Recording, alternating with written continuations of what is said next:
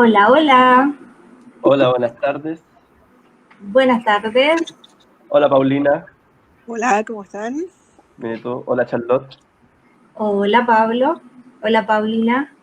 ¿Qué tal, Charlotte? Muy bien, muy bien. ¿Y tú? La verdad es que engordando cada día más. ¿Dónde te pillamos en estos días? En el campo estoy.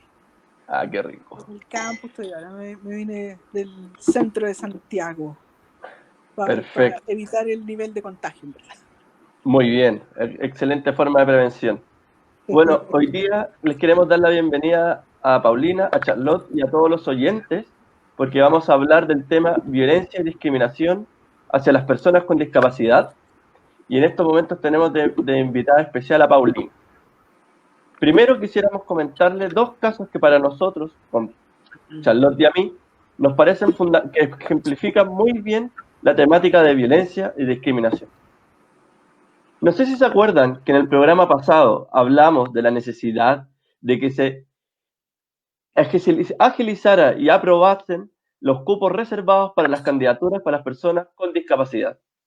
En teoría, hoy día la Comisión de Constitución del Senado tenía que empezar la discusión para este proceso, para un proyecto de ley que es necesario que se apruebe rápidamente, sobre todo a menos de 90 días de que se inicie que se dé el plebiscito que da inicio al proceso constituyente. Lamentablemente, esa discusión de nuevo fue postergada hasta el 13 de agosto y eso obviamente refleja, o para mí por lo menos, una discriminación a las personas con discapacidad porque curiosamente es a las únicas personas que todavía no se les garantiza la participación efectiva en el proceso constituyente. Hemos logrado en este momento único de la historia del país donde todos y todas nos vamos a sentar a discutir sobre el país que queremos y todavía no se garantiza la participación de las personas con discapacidad. Y creemos nosotros que somos actores importantes y relevantes en la construcción del Chile que queremos. Eso es en baja frecuencia por acá. Otra de las cosas que pudimos ver en esta semana que fue bastante mediático y que causó la revolución de muchos chilenos y también cruzó la frontera alrededor de todo el mundo fue el caso de Antonia Barra. Esta joven fue violada, es un tema que a mí se me colocan los pelos de punta, como decimos, me dan escalofríos tan solo escuchar esa palabra. A mediados de septiembre pasado, ella fue a pasar las fiestas patrias y casi un mes después de este acontecimiento, de lo que le pasó, se suicidó. Ella recién tenía apenas 21 años. Se comenzó a hacer un juicio y días antes de que comenzara la acusación, Martín Pradenas levantó un video en YouTube sosteniendo que era inocente. Y el abogado defensor de Antonia dice que fue en contra de su voluntad. El caso de Antonia lleva bastante tiempo haciendo ruido en los medios chilenos, pero la indignación creció aún más cuando se acreditó la violación, pero se ordenó, sin embargo, el arresto domiciliario del acusado, pero no su prisión preventiva. La gente se revolucionó y empezó a reclamar, a hacer cacerolazo desde su casa, a ir a la esquina de su casa, a su pasaje con cacerolazo, con Antonia, y en definitiva, finalmente, el viernes pasado, la Corte de Apelaciones de Temuco, en el sur, revisó las decisiones tomadas y revocó el arresto domiciliario y lo reemplazó por prisión preventiva tras considerar el acusado un peligro para la sociedad. Quisimos tocar este tema de violencia porque acá lo vemos en su máxima envergadura y que yo creo que a todos nos dan escalofríos con este tema y bueno, damos el espacio también para que vayan comentando sobre esto y ya le damos el paso a nuestra gran invitada del día de hoy, así que la invitamos a hacer todo tipo de preguntas. Bueno, queremos antes de partir este programa, hicimos una muy breve investigación del perfil de la gran invitada que tenemos hoy día, que alguna vez salió en la revista Paula como la abogada antidiscriminación, con un perfil amplio. Sabemos que es abogada especialista en Derecho y Discapacidad, es miembro de la Corporación de Asistencia Judicial, es presidenta del Observatorio de Derechos Sexuales y Reproductivos de las Personas con Discapacidad, y además es creadora, y esto nos encantó, creadora de la Corporación de Usuarios de Perros Guías de Chile. En ese sentido, como ahora, Paulina, queremos saber, algo de esta biografía se nos olvidó mencionar? ¿Estamos bien? ¿Estamos mal? No, estamos bien, estamos bien. Soy empleada, soy funcionaria pública, y ese es mi rol en la Corporación de Asistencia Judicial. Soy abogada auxiliar de la Corporación de Asistencia Judicial de la región metropolitana, y ahí yo trabajo como abogada de un programa especializado de acceso a la justicia para personas con discapacidad. Perfecto. Oye, nosotros te queríamos hacer la primera pregunta. ¿Cómo se inicia tu activismo en la temática de discapacidad? Bueno, eso forma parte de mi vida, ¿no? Desde siempre, desde que tengo conciencia social, porque sabía que en algún momento yo iba a perder la vista, ¿no? Yo perdí la vista cuando estaba en la universidad, y antes de eso vivía en el campo, acá donde estoy ahora, donde la vida había sido tranquila, sin grandes diferencias con mis hermanos, con mis primos, pero luego me fui a la ciudad, y no solo me fui a la ciudad, me fui a estudiar a una universidad pública, estudié en la Universidad de Valparaíso, estaba lejos de mi casa, y ahí comencé a darme cuenta no solo que mi vista había bajado considerablemente, sino que además la ciudad, además de no estar pensada para las personas con discapacidad, estaba habitada por personas que simplemente no aceptaban la presencia circulante de personas con discapacidad. Entonces, yo ahí comencé a reclamar mis derechos, y luego me di cuenta que esa reclamación podía hacerla también conjuntamente y a veces en representación de otras personas, porque no era la única que estaba en el problema, ¿no? Habíamos muchas personas con discapacidad en Chile, y por lo tanto había muchas personas marginadas por el sistema, por la sociedad, por un país que nos ignoraba. Lo que tú planteaste al principio, Pablo, esa postergación que se hizo en la discusión por el Congreso hoy día, es algo habitual que ocurre tratándose de las personas cuya condición humana es la discapacidad. Este país está acostumbradísimo a postergarnos a nosotros, más que a cualquier otro colectivo social. Y esa ha sido la batalla que yo he librado desde hace muchos años, no sola, con muchas personas. Somos muchas las personas con discapacidad. Están ustedes dos, y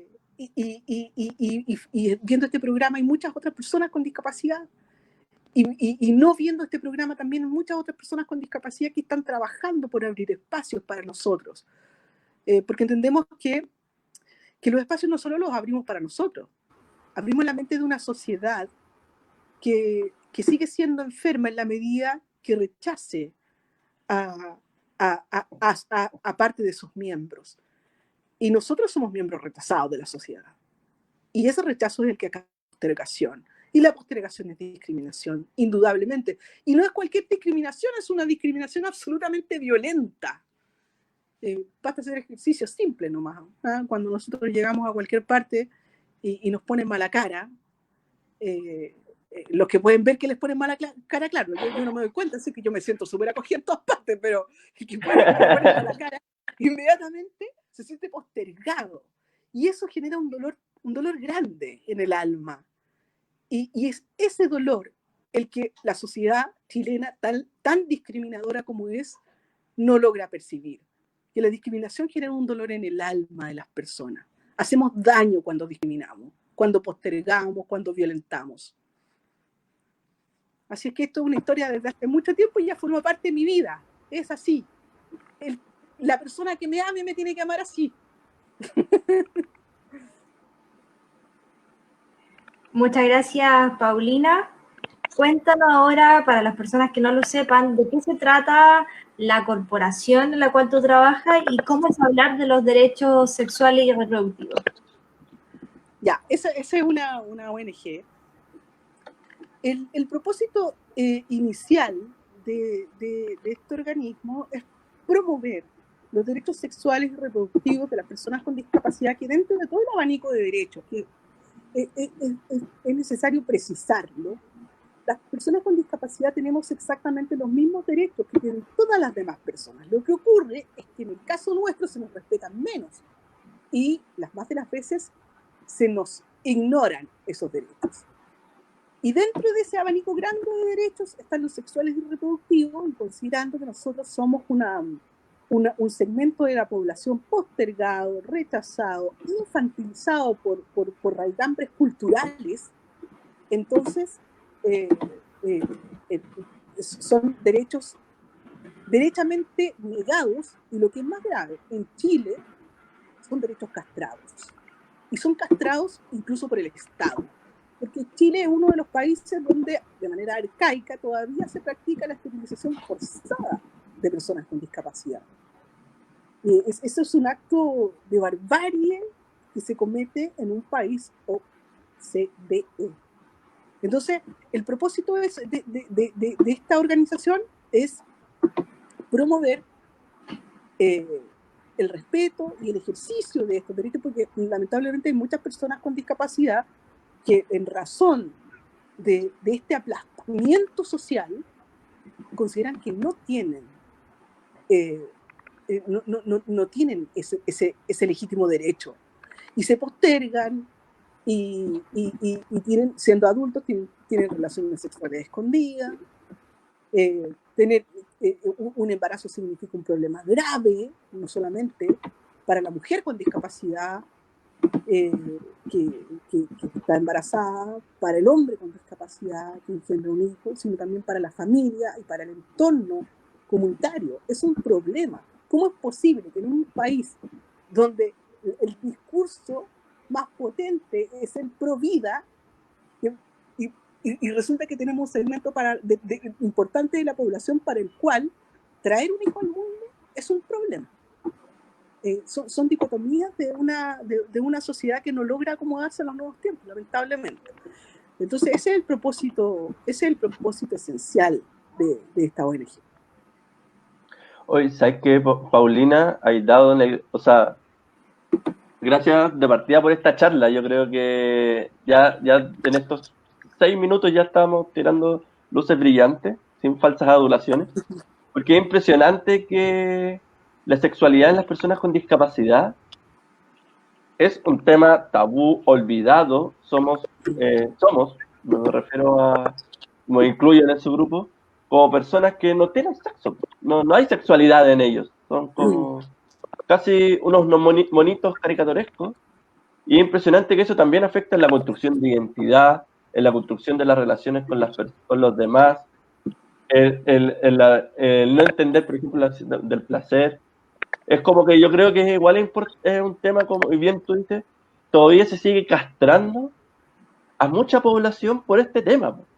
Y es un caso que, como si fuéramos animales, así como un perrito, una persona con discapacidad, se le sigue castrando. Y me pasa, wow, me sorprende. Como que yo creo que hasta el día de hoy, siendo 2020, y donde, por ejemplo, tenemos las compañeras feministas que han luchado por los derechos reproductivos de una manera que las admiro, las aplaudo, todavía estemos con estas temáticas, por ejemplo, en las personas con discapacidad. Y en ese sentido... Porque el feminismo tiene perdóname, Pablo, pero ahí el Bueno, feminismo por favor, tiene una deuda grave con las mujeres con discapacidad. Porque, mira, en otras culturas latinas, todavía se sigue con un discurso tan propio de paradigmas que en la sociedad moderna está ya sepultado hace tiempo. Alzan la voz en nombre de los que no tienen voz, porque se asume que las personas con discapacidad, y en este caso particular que estamos conversando, que las mujeres con discapacidad no tenemos voz. Y lo que ocurre es que no nos quieren escuchar si tenemos voz, ¿no? Aquí está la Charlotte, estoy yo, estamos hablando. Ambas somos activistas, no de ayer, desde hace tiempo, y ocurre que no nos escuchan. Entonces es muy fácil decir, mira, vamos a hablar en nombre de esta gente que no tiene voz, pero en realidad lo que falta es un acto sincero de honestidad. Dice, a ver, en verdad lo que nosotros estamos haciendo es no escucharles. Y en razón de esa negación a escucharnos es que se han mandado embarradas bien graves, como ocurrió en la ley de la interrupción del embarazo entre causales, donde a las adolescentes de 14 años el legislador le entrega mayores facultades de autonomía que a las mujeres con discapacidad cognitiva, que tienen que ir a pedirle permiso a un juez para poder practicarse un aborto. Y eso fue porque a nosotros simplemente no se nos permitió la participación, no se promovió la participación, porque no es cosa de decir, mira, como muchas veces me han respondido a mí las feministas, oye, pero si aquí las puertas están abiertas, ustedes vengan. Bueno, vamos, pero resulta que nosotros necesitamos ajustes razonables para poder participar, porque la mayoría de los documentos no son accesibles para las personas con discapacidad sensorial, por ejemplo, discapacidad auditiva, discapacidad visual. Entonces es muy fácil responsabilizarnos a nosotros porque no participamos cuando en realidad lo que se está haciendo, ni siquiera de manera soterrada, de manera bastante exhibicionista, es privarnos del acceso a la participación. Porque simplemente los instrumentos, incluso el lenguaje, es cada vez menos accesible. Entonces, de verdad que yo no creo, no me siento identificada por la lucha feminista, lamentablemente, porque mientras cuando a una mujer con discapacidad sea violentada, como es el caso de Chile, donde se nos violenta incluso en nombre del Estado, porque las esterilizaciones forzadas se practican en instituciones públicas financiadas por el Estado. Mientras eso siga ocurriendo y yo no escuche de parte del feminismo, hermana, yo te creo, entonces yo no puedo sentirme identificada con la lucha feminista chilena. Wow. No sé. Qué buenas palabras, Paulina. Justamente en el capítulo anterior, que conversábamos con Soledad Álamo, hablábamos sobre el tema de que se hacen, desde partida las leyes que se hacen de las personas con discapacidad, o sea, no participan las personas con discapacidad. Entonces es como súper extraño a la hora de buscar nuevas oportunidades, buscar nuevos proyectos para las personas con discapacidad, que participemos y ni siquiera se nos da el espacio y se nos habilita, como justamente tú dices, accesiblemente cada una de las cosas para también poder participar. Es como súper extraño cuando hablan de, no, es que las personas con discapacidad acá y allá, cuando no conocen realmente la realidad. Exacto, y asumen un conocimiento fantasioso. Porque todavía, lamentablemente, el razonamiento que hace la sociedad chilena hacia las personas con discapacidad sigue siendo caricaturesco, ¿no? Como la cara visible de la discapacidad por cuestiones, a mi juicio, de estricta conveniencia económica y de imagen corporativa, sigue siendo la caridad. Entonces, mientras tengas aquí, tenemos nosotros en Chile, ratificada desde hace ya varios años, la Convención sobre los Derechos de las Personas con Discapacidad, que es el primer pacto de derechos humanos del siglo XXI. Es un pacto súper potente porque nace de nosotros, del trabajo de las personas con discapacidad.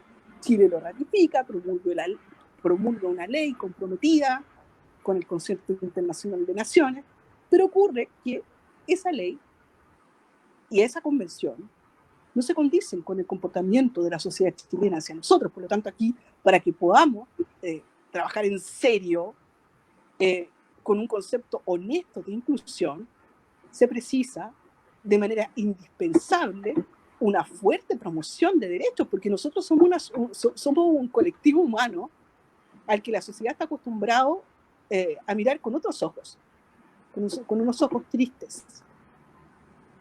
Y resulta que, Charlotte, a ti no te pasa lo que le pasa al resto de las ingenierías comerciales, ¿verdad? Al Pablo no lo miran como al resto de los educadores. A mí tampoco me miran como el resto de las abogadas. Soy más pesada, eso sí, que muchas abogadas. Muy pesada. Sí. Oye, ¿sabes qué impresionante eso? Bueno, ahí estáis dando un elemento clave que yo creo que es como que, bueno, íbamos supuestamente a darlo en un... Era como el final del programa, pero yo creo que nos estáis dando luces de trabajo, que era impresionante la necesidad, por un lado, de que nos visualicen como iguales, o sea, como dejar de infantilizarnos. Y eso se ve, por ejemplo, en los poderes del Estado, en la relación que tenemos con todos los demás. En ese, yo creo que Charlotte vive lo mismo y tú también. Es como esa sensación de que la gracia es que te puedan tocar, que te puedan ver, como que tienen esa poca autonomía, como que tú no tienes autonomía sobre tu cuerpo, por ejemplo. Cada vez menos. Y eso en el sentido es como... y eso sobre todo súper violento de parte del Estado. Y tú, como bien dices, aquí hay una convención que se luchó, se creó desde las mismas organizaciones. Chile lo aprueba, perdón, porque siempre me como la U. Pero en términos de políticas públicas reales, falta mucho. Sigue siendo un Estado súper vulnerador de derechos ante las personas con discapacidad y tenemos una comunidad que sigue vulnerando sus derechos. Pero curiosamente tú estás en un órgano defensor en un órgano del Estado. Sí. En el órgano del Estado, que curiosamente habla, y es su misión principal, es la defensa de los derechos. Y entonces en ese sentido nos gustaría... ¿Cómo es tu experiencia en ese como de relación activista, de CAG, derecho? ¿Cómo ahí va tu link? ¿Cachai? O sea, ¿cómo...? Mira, la verdad es que yo soy una enamorada de la institución para la que trabajo. Yo antes de entrar a la Corporación de Asistencia Judicial, trabajé en el Sename, y mi experiencia laboral en el Sename fue tremenda. Ahí a mí, yo me vi forzada a renunciar a un trabajo súper lindo que tenía. Yo era abogada de protección de derechos de la infancia. Solamente representaba los tribunales a pequeñitos de 0 a 18 años. Tenía muchos representados que vivían en residencias del Sename, y yo lo pasaba también en mi trabajo. Trabajaba en la sexta región, no en Santiago, viajaba a Rancagua, San Fernando todos los días. Pero fue mi autonomía. Esa es la conclusión que yo obtuve. No, me costó mucho comprender por qué me trataban de esa manera mis compañeros de trabajo, desde el director general, regional del Sename hacia abajo. ¿Por qué me trataban tan mal? ¿Por qué cometieron actos delictuales en mi contra? Fue exclusivamente porque lo que les molestó fue mi autonomía. Porque ellos, una vez unas colegas me decían que cuando ellos se estaban preparando para esperarme, ¿no? Para cuando yo llegara a trabajar. Yo entré poquito, justo tenía que entrar en la misma semana del terremoto, del gran terremoto. Entonces quedaron cortados los caminos, así que me demoré un poco y ellos me estaban esperando. ¿Y cómo me estaban esperando? Se habían distribuido las labores, sabían que llegaba una abogada ciega, entonces ya todos tenían distribuidas sus labores. Tú la vas a acompañar al baño, tú le vas a ayudar a dar la comida, tú la vas a acompañar al escritorio. En realidad llevaban como una plantita para allá que había que hacerle todo. Entonces yo llego a mi trabajo como lo hago.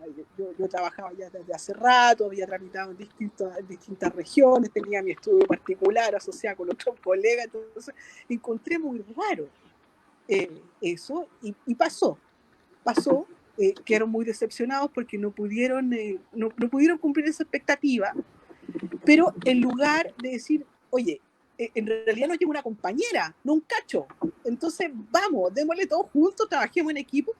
Pero lo que pasó fue exactamente al revés. Pasé muchas cosas atroces en el Sename, muchas cosas, muchos malos tratos atroces. Y yo creo que el que terminó por colapsar fue cuando un sujeto que tenía un cargo bien importante dentro de la dirección regional, venía llegando a una audiencia, tenía que llevar mi computador porque el servicio no tenía un computador para mí. Entonces yo tenía que llevar mi computador portable.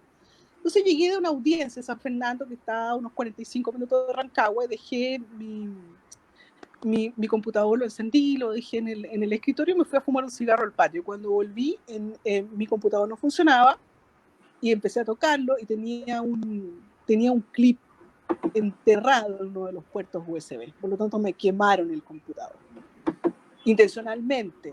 Entonces fui a hablar con el director y le dije, mira, necesito que me autorices para faltar mañana porque yo necesito mi computador, entonces tengo que comprarme el computador y además de eso tengo que ir a hablar con alguien para que me instale un programa especial para que mi computador hable. Y me dice el director, qué bueno. Y después al tiempo que me llaman me dice, mira, hablé con tu jefa, que es la jefa de la Unidad de Protección de la Infancia, y me dice que no te puedo dar permiso. Entonces me dejaron además privada de mis implementos para poder trabajar. Y ahí yo renuncié, después de muchas cosas. Y luego llegué a la Corporación de Asistencia Judicial, que ha sido una panacea para mí desde el principio. Y llegué a ejecutar el programa de acceso a la justicia para personas con discapacidad. Y hemos hecho un trabajo maravilloso. Yo nunca he sentido discriminación dentro de las instituciones. Somos mucho más funcionarios de los que éramos en el Sename.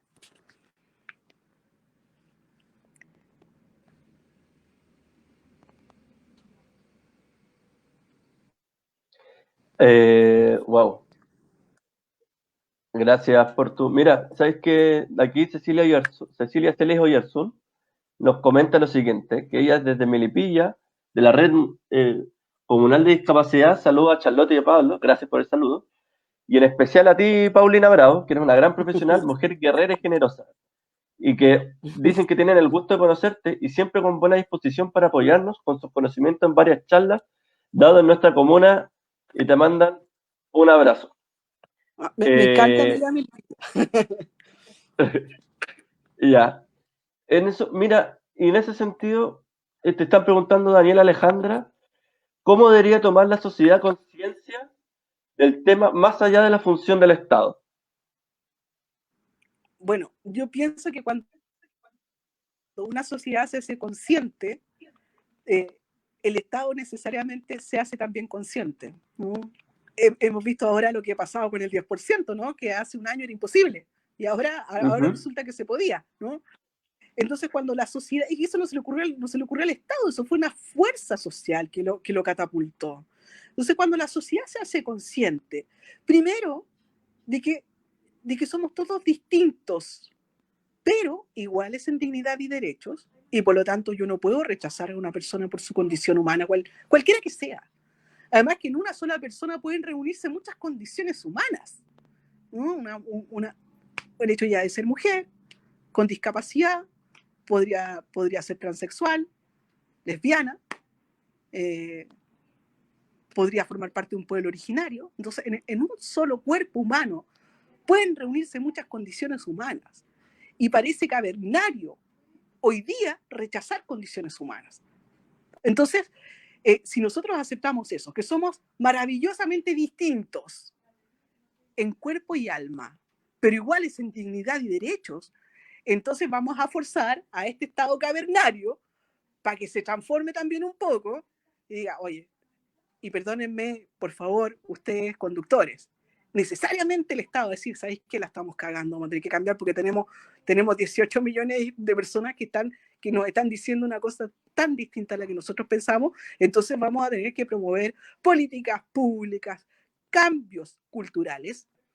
El Estado tiene plata para promover cambios culturales. Nosotros lo hacemos a pulso, pero el Estado tiene plata, podría perfectamente, con voluntad, con gestión, con conciencia, conocimiento, catapultar un cambio bien importante. Lo hemos tenido en la ley de identidad de género, por ejemplo. Tenemos una ley de identidad de género, tenemos unos mecanismos, una promoción de derechos que hoy día nos hacen ver a las personas transexuales de una manera muy distinta a las que las veíamos hace 2 años atrás. Hace 2 años atrás era un fenómeno. Hoy día entendemos que es una condición humana respetable, que son seres humanos igual que nosotros. Y que una persona transexual puede ser también una persona con discapacidad. Y por lo tanto, es este el momento en que hago la convocatoria a todos los activistas por los derechos humanos. Y nosotros no podemos andar a codazos. Si yo soy activista por los derechos humanos de las personas con discapacidad, también lo soy por las personas trans, por los homosexuales, por los pueblos originarios, por la población migrante. Porque yo, si entiendo los derechos humanos como tal, sería súper deshonesto de mi parte rechazar unos derechos humanos que no están dentro del área de mi competencia. Los derechos humanos son universales y nosotros tenemos que entenderlo así, universales desde el alma. No podemos rechazarlo. Como activistas por los derechos humanos, nosotros no podemos rechazar condiciones humanas. Si tenemos que ir a la pelea, vamos todos juntos. Pero ocurre en el caso de la discapacidad que nosotros no llenamos la Alameda. Eso es verdad. Yo les voy a contar que hace un tiempo atrás, cuando estábamos en la etapa electoral presidencial, había una marcha feminista. Yo vivo bien cerquita de Plaza Italia, en Santiago. Entonces había una marcha también de la población con discapacidad auditiva. Y yo fui a eso. Yo tengo una discapacidad auditiva, tengo 0% de audición desde hace 3 años en mi oído izquierdo y utilizo un implante coclear. Entonces llegué para allá y estaba también convocada por Ni Una Menos. Entonces estaban en un lado los sordos, en otro lado las mujeres. Y ninguna de las marchas empezaba. Y llegó la candidata del Frente Amplio, que se fue a sacar fotos con las feministas, por supuesto. Y no pasó nada para el otro lado. Y no se movía ninguna marcha. Y de pronto, desde el lado de las mujeres, anuncian por un megáfono: compañeras, vamos a dejar que los compañeros sordos marchen y nosotros nos vamos a quedar acá. O sea, había un debate moral sobre el uso de la Alameda. Y yo pensé, y lo dije a quien me quiso escuchar: ¿y por qué no marchamos todos juntos? ¿Por qué no? Porque si marchamos todos juntos, entonces así podemos llenar la Alameda. Si va solamente la gente sorda, entonces parece una procesión que reclama unos derechos que le importan a bien poco porcentaje de la población. Y yo antes no era sorda. Yo adquirí una discapacidad auditiva hace 3 años atrás. Entonces, a lo que iba, antes de que comenzáramos a conversar sobre esto, yo pienso que si Chile no cambia es porque tiene adolescentes de sentirse invencible. Ya habla de las personas con discapacidad desde la distancia, desde la lejanía. Pero ocurre que nosotros somos personas que somos por esencia vulnerables. Si nos comparamos con un ternerito, nosotros adultos, nos comparamos con un ternerito recién nacido, el ternerito es mucho más fuerte que nosotros. Entonces, mientras nosotros no entendamos que podamos adquirir una discapacidad en cualquier momento y que en lugar de sufrirla podríamos contribuir a preparar un mundo que sea civilizado, que sea igualitario, entonces seguramente ahí nosotros no vamos a sufrir la discriminación y nos vamos a rehabilitar de la discapacidad y vamos a ser personas realizadas en sus proyecciones como lo somos, lo tengo clarísimo, los 3 que estamos aquí conversando hoy día. Y que no es la fortuna que tienen muchas personas con discapacidad que siempre están del otro lado de la barrera, ¿no? Porque no se les permite acceder. Oye, ¿sabes qué estáis diciendo? Bueno, antes un comentario súper importante, la interseccionalidad.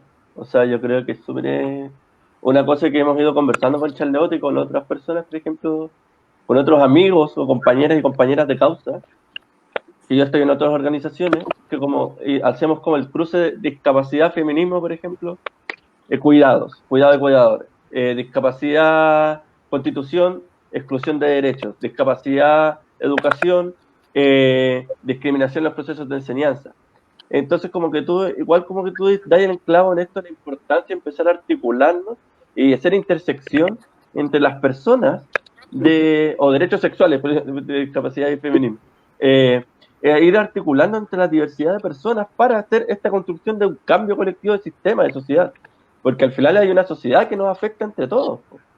Como que el mismo mal de la discriminación, el mismo mal, bueno, yo le voy a atribuir, yo creo que hay uno le puede atribuir al capacitismo, al patriarcado, al capitalismo, etcétera, que al final, en el fondo, lo que oculta es una gran discriminación y clasificación de personas entre más y menos de acuerdo a un parámetro que no es natural nomás, ¿cachai? Eso es como un comentario. Es un parámetro acomodaticio e inventado. Sí, pues. Y acomodaticio digo porque bueno, hay muchas feministas que a mí no me quieren mucho porque yo tengo un poquito no tengo mucho filtro para decir lo que pienso, porque estoy convencida, a menos que alguien venga a convencerme de lo contrario, ¿no? Pero en el caso del feminismo, con lo que se combate es contra el patriarcado, que surge a partir de las diferencias, también inventadas, físicas, mentales entre los hombres y las mujeres, ¿no es cierto? Esa es la base, ¿no? Sí. Lo primitivo. Luego, ¿por qué el feminismo excluye a las mujeres con discapacidad? Por exactamente los mismos principios del patriarcado. Entonces no estamos luchando contra el patriarcado, porque el desarraigo del patriarcado implica eliminar necesariamente todos esos conceptos que son propios del medioevo, no de las sociedades modernas, inclusivas, que sientan sus bases en los derechos humanos.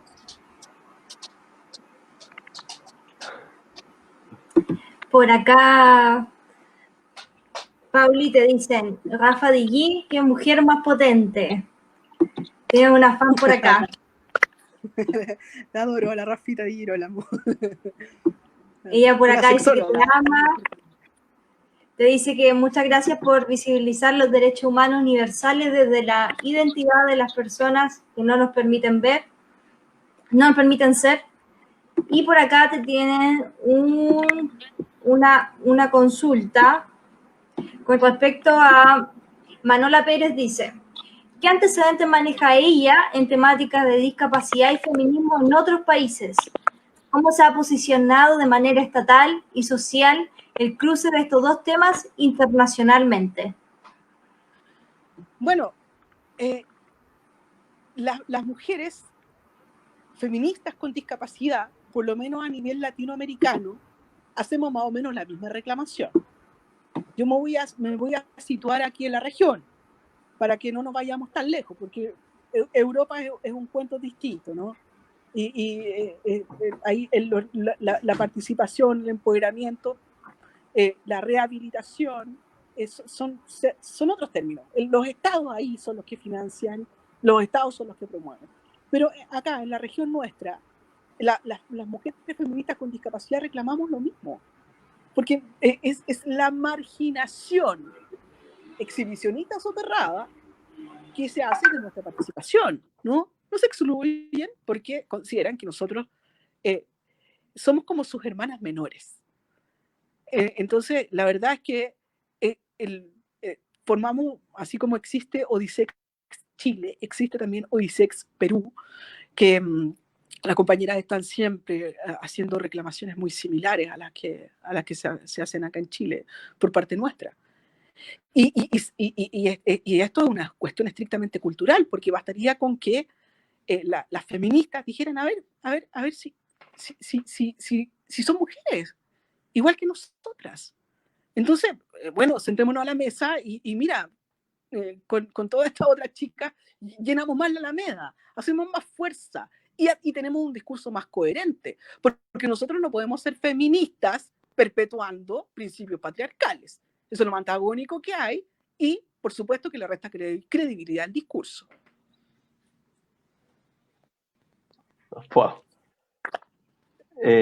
Oye, pasemos, que sé que te voy a decir en buena, Pauli, pero tú nos has destrozado la pauta, porque teníamos aquí las preguntas armaditas, cómo íbamos a llevar la estructura, pero una vez más nos destruiste. Pero mira, que le queremos hacer una pregunta al público. Excelente. Le queremos hacer una pregunta al público en especial a las personas, como ya si han sufrido una experiencia de violencia y discriminación. Esa es como la pregunta que queremos hacerle al público. Ahí podemos debatir. Otra pregunta que te quiero hacer, si habéis visto como los efectos psicológicos de la violencia y la discriminación a las personas con discapacidad. ¿Qué efectos psicológicos tú crees que tienen las personas? Por supuesto que se generan consecuencias graves. Mira, yo soy bien choriza, porque yo estoy en el puerto, entonces yo soy como chora del puerto, entonces me defiendo lo más que puedo, me las arreglo, pero muchas veces he llegado a mi departamento, cierro la puerta, igual que la Ana Gabriela, y me pongo a llorar, porque lo más terrible como la gente nos trata en la calle. Entonces, pero bueno, después salgo ahí en un boliche y se me quita, ¿no? Pero les voy a contar una historia, que es un juicio que nosotros ganamos en nuestra oficina, ganamos en la Corte Suprema, un juicio muy importante contra el Metro de Santiago. Tenemos una gran deportista chilena, y ella se trasladaba en su silla de ruedas para ir al centro de alto rendimiento, ¿no? Al centro de entrenamiento diario. Y de pronto en la estación de metro Santa Isabel hubo un anuncio de bomba y resulta que evacuaron el metro y toda la gente salió y ella, que tenía su silla de ruedas eléctrica, y resulta que el salvaescala estaba malo y no pudo evacuar. Entonces estaba desesperada porque, atención, hay una bomba, no sabemos en qué momento va a explotar. Y se quedó dentro, toda la gente desapareció, los guardias trataron de levantar la silla de ruedas, sabemos que las sillas de ruedas eléctricas pesan mucho más que las otras, y le dijeron, pucha, no podemos ayudarla, y la dejaron sola en el andén.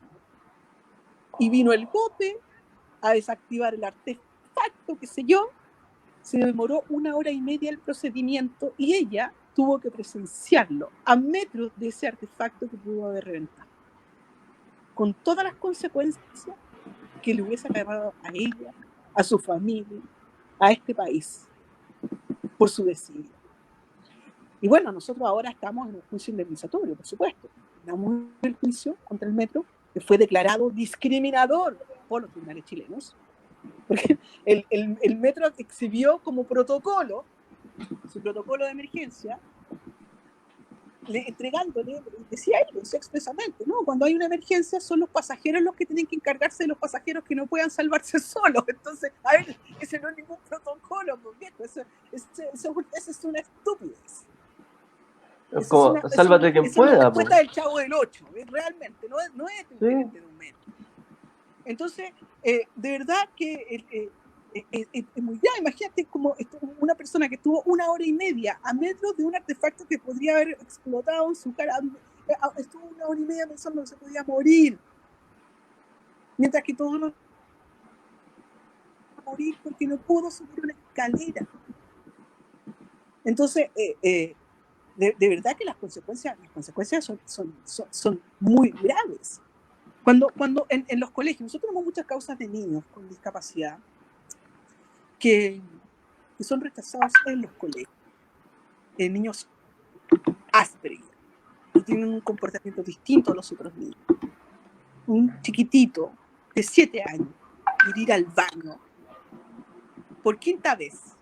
Entonces la profesora le dice, ¿sabes qué? No va al baño, teniendo claro que él era un niñito con Asperger. Entonces le dice, entonces me voy a tener que hacer pipí en la sala. Y le dice la profesora, hazte pipí. ¿Y qué pasó? Se hizo pipí. Y llegó a su casa con los zapatos mojados, humillado por sus compañeros, retado por sus profesores. Ahí fuimos nosotros no hicimos un juicio en ese caso.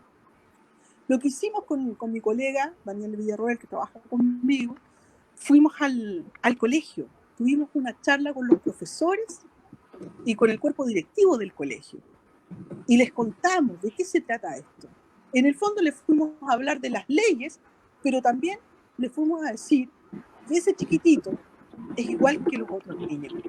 Y cuando tú humillas a un niño, tenga o no discapacidad, lo cierto es que estás humillando a un niño.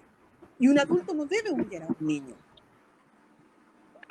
porque incurre en una falta grave, no solo desde la perspectiva normativa, sino desde la perspectiva moral también, ¿no? Un adulto no puede maltratar a un niño.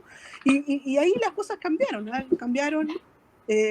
Nosotros fuimos, bueno, la Municipalidad de Santiago, a través de su Departamento de Educación, fue chequeando el transcurso del tiempo, cómo el niño estaba siendo incluido, porque hoy día aún se habla en los colegios de programas de integración. La integración es un concepto, un paradigma que ya se murió en Chile. Nosotros lo dejamos atrás a partir de la ratificación de la convención. Hoy día nosotros hablamos de inclusión, que no es lo mismo que la integración.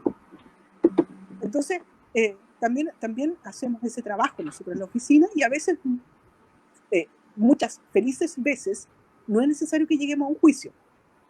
Solo basta con que lleguemos al entendimiento, con sentido común y con un sentido igualitario, de respetar la dignidad humana, cualquiera que sea el humano que tenemos al frente. Muchas gracias, Paulina. Justamente siempre se nos enseña, yo he escuchado muchas veces en el mismo metro o en caso de emergencia decimos que hay que ayudar a las personas de tercera edad, a quienes lo necesitan, a personas con discapacidad. Justamente esto no pasa, no ocurre. En caso de que las personas con discapacidad sufran algún tipo de discriminación o violencia, ¿qué se puede hacer para las personas que nos están escuchando? Yo les voy a dar el dato. El dato. Usted, de cualquier parte de Chile, nosotros, el programa Acceso a la Justicia, es un programa que funciona en colaboración con el Servicio Nacional de la Discapacidad. Entonces tenemos oficinas en todo Chile, desde Arica a Punta Arenas. Basta con que se contacten con la Corporación de Asistencia Judicial de cualquier región, de cualquier comuna, y pregunten por la oficina, pueden preguntar por la oficina CAG Senadis. CAG es Corporación de Asistencia Judicial. Ahí el dato es muy bueno, porque el contacto se hace con abogados especialistas en derecho y discapacidad, y que además atienden de manera exclusiva a personas con discapacidad. Nosotros, en nuestra oficina, tenemos, mira, desde hace algún tiempo, el diario La Tercera, todos los años, viene sacando un reportaje sobre el uso del ejercicio de la acción de no discriminación arbitraria, que es la de la ley Zamudio. Y siempre causa mucha sorpresa y muchos comentarios que a mí a esta altura de la vida me están pareciendo como por lo que pasa cuando van a cambiar la hora, ¿no? Que todos comentan lo mismo, te cuentan la historia de cuando comenzaron a cambiar la hora en Chile, en fin. Eso, a mi juicio, está pasando hoy día con la ley de discriminación. O sea, la mayor cantidad de causas judiciales por discriminación es en materia de discapacidad. Muchas personas con discapacidad demandan discriminación. ¿Por qué ocurre eso? Porque aquí sí yo tengo que darle un punto al Estado. El Estado financia este programa de acceso a la justicia para personas con discapacidad. Somos todos empleados públicos, los abogados que trabajamos en ese programa. A nosotros nos paga el Estado, formamos parte de un organismo público y tenemos dedicación exclusiva para representar en juicio y para dar orientación jurídica a personas con discapacidad. Y tenemos también recursos para financiar intérpretes de la lengua de señas, tanto para las reuniones en nuestra oficina como para las audiencias. Entonces, lo mejor que puede hacer una persona con discapacidad o un familiar de una persona con discapacidad que está siendo víctima de violencia o de discriminación es tomar contacto con las corporaciones de asistencia judicial para llegar a la oficina CAG Senadis, y ahí van a tener la atención de un abogado especializado y con tanto bien preparado también en cuanto al lenguaje. Son oficinas que a nosotros nos fiscalizan mucho que sean accesibles. Nosotros tenemos que utilizar un lenguaje adecuado, respetuoso hacia las personas con discapacidad, y promover, por supuesto, su participación igualitaria en el ámbito de la justicia. Y eso es gratis. Wow. Bacán. Qué bueno. Algo que excelente. Oye, aquí hay muchos comentarios que nos están llegando del público, por ejemplo, de Margarita López, que ella nos cuenta: hola, Mi hija con síndrome de Down sí fue discriminada en el colegio. Tenía 15 años y fue víctima de bullying. Puse denuncia en la Superintendencia de Educación. El colegio fue investigado y sancionado. Hoy está feliz cursando primero medio en otro colegio. Hay que denunciar y hacer valer y respetar los derechos de las personas con discapacidad. Eso es lo que hay que hacer, pues. Sí. Eso es lo que hay que hacer. Ya. Ojalá que en algunos años no exista la palabra inclusión, que todos seamos iguales. ¿Sí? O sea que sí, que se superemos la inclusión. Sería como, eso es... Sí. Ojo, yo quiero decir algo, que en Chile se habla mucho de la igualdad de oportunidades, pero yo siento que es tan manoseado ese concepto, porque obvio, por ejemplo, clásica parábola, no sé si han visto como la dibujo que hacen como en los colegios, donde ponen en un árbol que sube, como que se miden para que un cómic, que ponen un árbol y ponen a un pez, a un monito y a una jirafa, y para medir el éxito es quién sube el árbol primero. Tienen todos la misma oportunidad de subir el árbol, po. Claro. ¿Cachai? Pero no, es igualdad de oportunidades, pues, pero al final efectivamente no es igualdad. Pues, no, por supuesto que no. Entonces eso es importante. Ojalá, yo creo que hagamos una igualdad efectiva. Y mira, otra de Reinita Burto Naveas. Yo soy educadora y feminista y siento que es súper importante potenciar a las mujeres con capacidades o con discapacidad, capacidades diferentes, potenciarlas a aquellas que merecen un espacio en la sociedad como todos. Nos espera un largo camino en esto. Estamos en deuda con una sociedad, con las personas con capacidades diferentes o con discapacidad. También, aquí otras preguntas. A ver, que hay tanto comentario interesante. Cecilia Celis Oyarzún, en este periodo de pandemia se ha visto la discriminación para las personas con discapacidad, pues desde un comienzo no vi campañas de las medidas sanitarias en los medios de comunicaciones. Ejemplo, ¿cómo se limpia la silla de ruedas? El bastón, etcétera. En el Menaduc habían clases sin intérpretes de lenguas de señas. E incluso, un caso menor, mucha gente con discapacidad no pudo entrar a las residencias sanitarias porque necesitaban a un apoyo y supuestamente bajo la normativa MinSal no podían entrar. Pues. Entonces, efectivamente, como en un momento tan crucial de la vida, donde estamos en la mayor pandemia de la era moderna, las personas con discapacidad no tuvieron su vida en peligro, ¿cachai? Y eso no sé, Charlotte, Paulina, últimos comentarios, ¿qué podemos decir? Ahí le puedo yo hacer una aclaración, porque mira, por favor. Cuando Chile ratifica un pacto de derechos humanos y además suscribe su protocolo facultativo, hace que ese pacto de derechos humanos sea obligatorio y tiene por lo tanto que rendirle cuenta a la comunidad internacional ante la cual se comprometió, ¿no? Entonces, lo que ocurre aquí es que yo lo vengo reclamando. De hecho, me costó casi mi cuenta de Twitter. Yo soy re buena para tuitear y por ahí me anduvieron denunciando mi cuenta y todavía ando medio tambaleando con mi cuenta de Twitter, porque comencé a exigirle al Estado de Chile el cumplimiento del compromiso. Dentro de esos compromisos, el protocolo para estados para situaciones de crisis, de emergencia, tratándose de personas con discapacidad. Esa es una obligación que Chile no cumplió. Lo estaba pidiendo desde la época del estallido social. Y luego se nos viene esta otra crisis para la cual tampoco tenemos un protocolo para personas con discapacidad. Entonces ya, pues, ¿cuándo va a ser? Pues nosotros tenemos que exigir, nosotros tenemos que seguir siendo consecuentes. No tiene mucho que ver con el tema en concreto, pero en este último tiempo he recibido muchas consultas sobre las preexistencias, ¿no? Porque los seguros, por ejemplo, rechazan a las personas con discapacidad de sus servicios, porque mandan un formulario y dicen, anote aquí si usted tiene alguna preexistencia. ¿Y qué hacen las personas con discapacidad? Anotan su discapacidad como una enfermedad preexistente.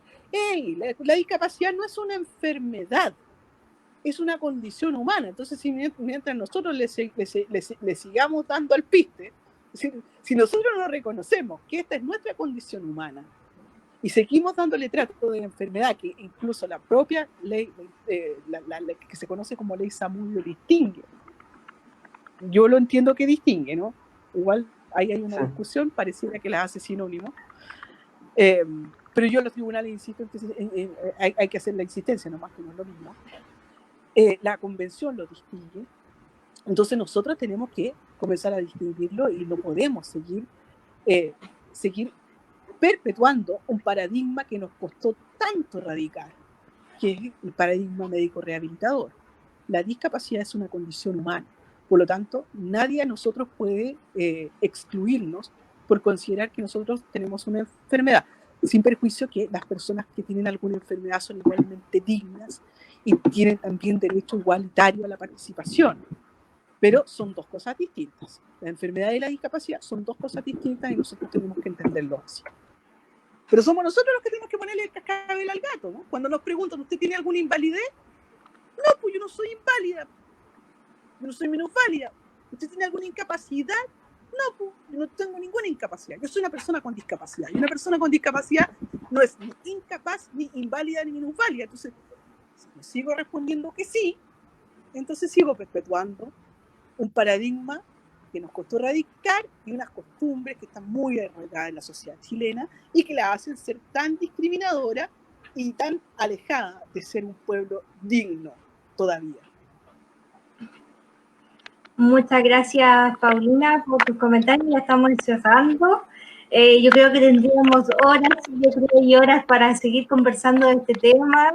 La verdad me siento muy identificada cuando hablas del tema de la preexistencia. La condroplasia, algunas ISAPRES la consideran una preexistencia y muchos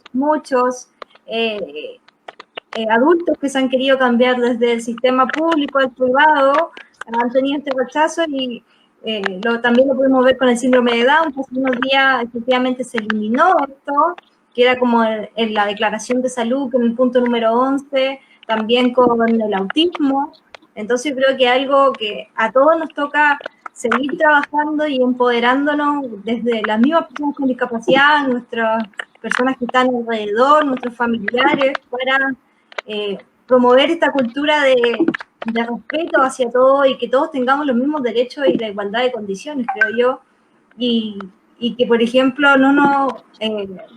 cuando hablemos de inclusión, de integración, a la hora de... No puede ser que falte, por ejemplo, en la televisión, cuando están hablando de algo de la discapacidad, la persona con lengua de señas, como lo mencionaba acá. Así que yo creo que muchas gracias a todas las personas que nos escucharon, gracias a quienes hicieron sus preguntas. La verdad, nos extendimos del tiempo porque creemos que fue un tema muy interesante para todos y agradecerte a ti, Paulina, por esta oportunidad y esta entrevista y acceder a este espacio. Muchísimas gracias a ustedes por esta maravillosa invitación, lo he pasado súper bien. Tenemos un asado pendiente, pues nos hicimos amigos al tiro.